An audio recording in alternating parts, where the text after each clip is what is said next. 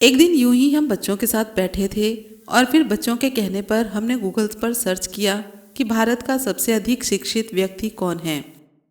हालांकि बच्चे भी इस बात से अच्छी तरह से वाकिफ थे कि बाबा साहेब का नाम ही आएगा, लेकिन सर्च करने के बाद जो लिस्ट सामने आई उसे देखकर अपनी आंखों पर यकीन नहीं हुआ। बेहद ही चौंकाने वाला और विश्वास को आहत पहुंचाने वाला नाम आया और वो नाम था डॉक्टर श्रीकांत जिचकर का। समझ में नहीं आया। एक बार फिर सोचा कि शायद सर्च ही गलत किया होगा, तो हमने दोबारा सर्च किया, लेकिन ये क्या था। 2 बार, 3 बार, 4 बार, जितनी भी बार सर्च किया बस यही नाम आया। अलग अलग तरीके से सर्च किया पर नाम यही आ रहा था। तो बस आज यही जानकारी लेकर आए हैं हम आपके लिए। जय भीम, नमो बुद्धाय। हम सभी भारतीयों के मन में, और सिर्फ भारतीयों के मन में ही नहीं बल्कि दुनिया इस बात को जानती है, समझती है कि इसका जवाब क्या है। पर आज जो गूगल जवाब दे रहा है वो क्या है? तो क्या डॉक्टर श्रीकांत ने बाबा साहेब से ज़्यादा डिग्रियां हासिल कर ली थी, जो कि गूगल ने बाबा साहेब का नाम हटाकर डॉक्टर श्रीकांत के नाम पर यह स्थान कर दिया? सवाल तो बहुत से थे, पर जवाब के लिए सबसे पहले हमने डॉक्टर श्रीकांत के बारे में सर्च करना शुरू किया कि कौन है ये श्रीकांत जिचकर, और साथ ही कंपेयर भी किया कि आखिर डॉक्टर श्रीकांत ने ऐसी कौन सी डिग्री या पढ़ाई हासिल कर ली जो कि बाबा साहेब का स्थान इनके नाम कर दिया गया। सबसे पहले बात करेंगे जन्म के बारे में। डॉक्टर श्रीकांत का जन्म 14 सितंबर 1954 में नागपुर में एक मराठी परिवार में हुआ था और बाबा साहेब का जन्म 14 अप्रैल 1891 को मध्य प्रदेश के इंदौर के पास महू छावनी में हुआ था। श्रीकांत जिचकर एक सनातनी ब्राह्मण थे और बाबा साहेब महार जाति के यानी कि अछूत जाति के थे।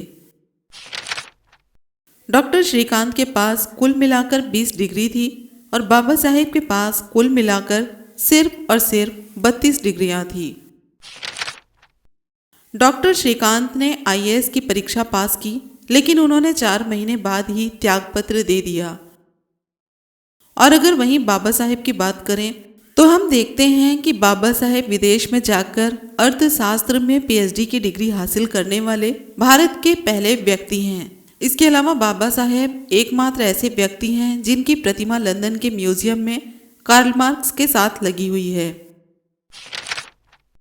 डॉक्टर श्रीकांत सनातनी ब्राह्मण थे, जिस कारण उन्हें शिक्षा पाने के लिए किसी भी प्रकार की अतिरिक्त यातनाएं और परेशानी आदि का सामना नहीं करना पड़ा। बाबा साहेब महार जाति से थे, अछूत थे, जिस कारण उन्हें हर कदम पर कठिनाई का सामना करना पड़ता था।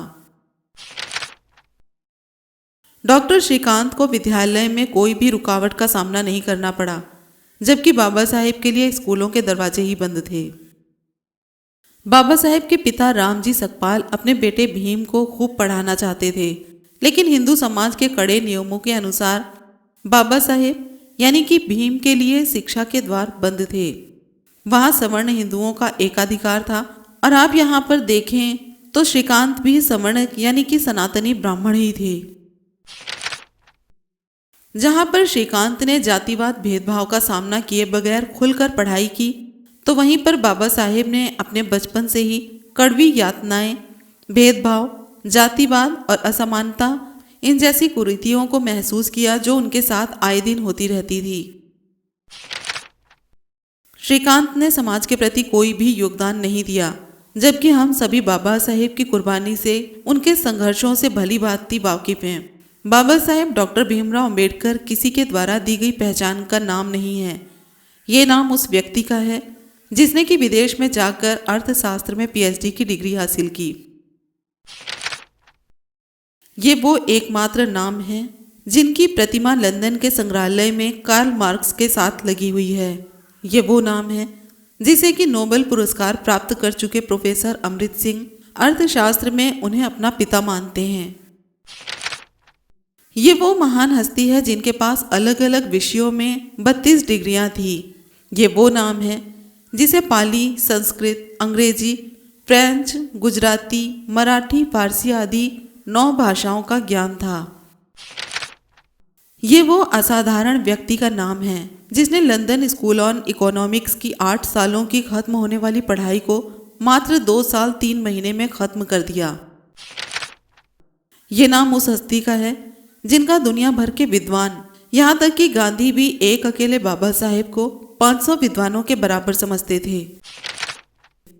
ये वही नाम है जिनके घर को हम सभी राजगृह के नाम से जानते हैं, जिसमें कि 100-200 नहीं बल्कि हजारों की संख्या में पुस्तकें भी थी, जो कि बाबा साहेब की निजी लाइब्रेरी थी।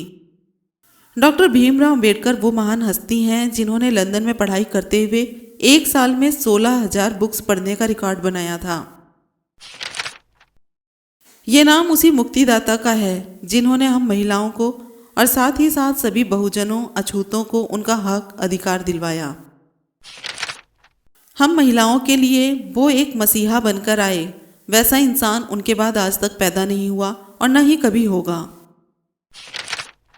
हम सभी पहले अपने बारे में सोचते हैं, फिर दूसरों के बारे में। हम सब पहले अपने बच्चे देखते हैं और बाद में दूसरों के।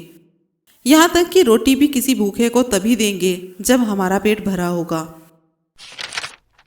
लेकिन बाबा साहेब ने कभी अपना नहीं देखा, बल्कि जब तक वो जीवित रहे वो अपने समाज के बारे में ही सोचते रहे।